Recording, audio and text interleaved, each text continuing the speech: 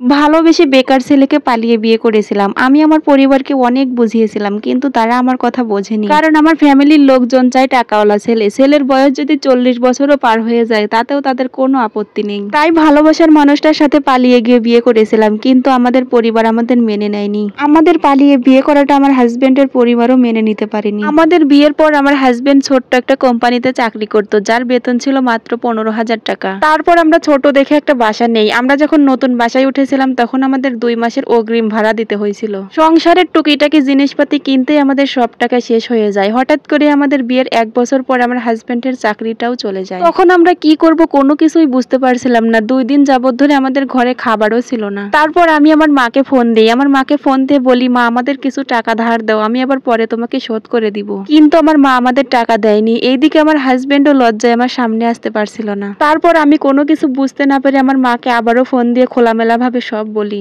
মাকে আমি বলেছিলাম, দেখো মা, আজ 2 দিন যাবত ধরে আমাদের ঘরে কোনো খাবার নেই। তুমি যদি আমাকে কিছু টাকা ধার দিতে পারো তাহলে পরবর্তীতে আমি তোমাকে শোধ করে দিব। তার উত্তরে আমার মা আমাকে বলেছিল, তোদেরই এখন এই অবস্থা, আমার টাকা শোধ করবি কিভাবে? ফোন রাখ, তোদের সাথে আর কোনো যোগাযোগ রাখতে চাই না। এই কথা শোনার পর আমি সেদিন অনেক কান্না করেছিলাম। তার সাথে আমার হাজবেন্ডও আমার সাথে কান্না করেছিল আর আমাকে বলছিল, ধৈর্য ধরো, একদিন আমাদের সবকিছু ঠিক হয়ে যাবে। এইদিকে আমরা কি করব কোনো কিছুই বুঝতে পারছিলাম না। হঠাৎ করে আমাদের বাড়িওয়ালার একটা রিক্সা ছিল, সেই রিক্সা নিয়ে আমার হাজবেন্ড বের হয়। তারপর সারাদিন কাজ করার পর আমার হাজবেন্ড কিছু চাল ডাল নিয়ে বাসায় আসে। তারপর আমি খুবই তাড়াহুড়ো করে রান্না করে আমার হাজবেন্ডরে খেতে দেই। আর ভাত খাওয়ার সময় দেখি আমার হাজবেন্ডের বুড়া আঙ্গুল ফোসকা পড়ে গেছে। সেইটা দেখে আমি ভীষণ কষ্ট পেয়েছিলাম। তারপরে তো আমার হাজবেন্ড খুবই অসুস্থ হয়ে পড়ে, যেহেতু এইসব কাজ করার তার কোনো অভ্যাস নেই। আর মাত্র একদিন পর ঈদ। এদিকে আমার হাজবেন্ড অসুস্থ হয়ে বিছানায় পড়ে আছে, আমাদের ঘরে খাবার দাবারও নেই। আমাদের বিয়ের পর এটাই ছিল আমাদের প্রথম ঈদ, অথচ আমাদের এই ঈদটাই পার হলো না খেয়ে। তারপর আর কতক্ষণ, ঈদের দিন সন্ধ্যাবেলা আমার হাজবেন্ড আবারও সেই রিক্সা নিয়ে বের হলো। ঈদের দিন মধ্যরাত পর্যন্ত রিক্সা চালিয়ে আমার হাজবেন্ড চাল ডাল আর 2টা ডিম নিয়ে আমাদের বাসায় আসে। তারপর বাজারগুলোর সাথে আমাকে কিছু টাকা দিয়ে আমার হাজবেন্ড আমাকে বলল, তুমি এবার তোমার পড়াশোনাটা আবার শুরু করো। তখন আমি বললাম, না, আমি আর পড়াশোনা করতে চাই না। তবু আমার হাজবেন্ডের জোরাজুরিতে আমি আবারও ভর্তি হই।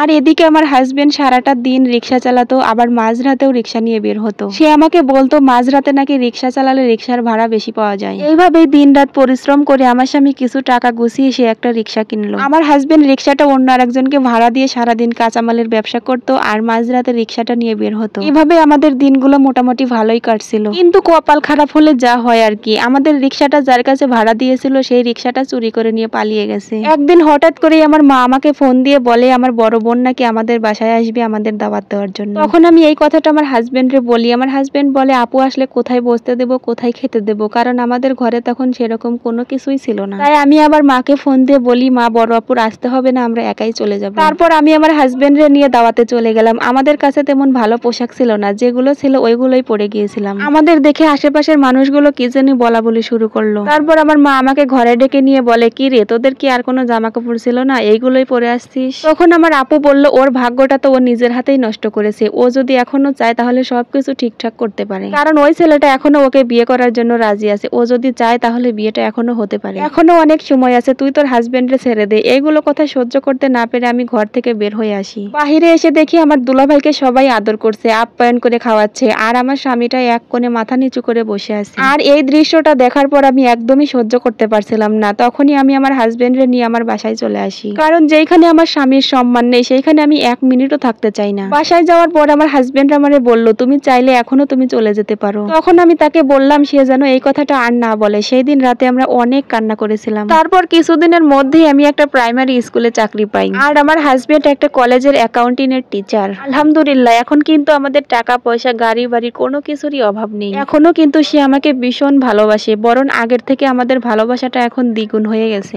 এখন আমাদের পরিবারের সবাই আমাদের সাথে সম্পর্ক রেখেছে, তারা কিন্তু এখন মাঝে মধ্যেই আমাদের বাসায় ঘুরতে আসে। কিন্তু এখন কেন জানি না তাদের সাথে কথা বলতে আমার একদমই ভালো লাগে না। আর এই সম্পূর্ণ স্টোরিটা কিন্তু এক আপুর লাইফ থেকে নেওয়া।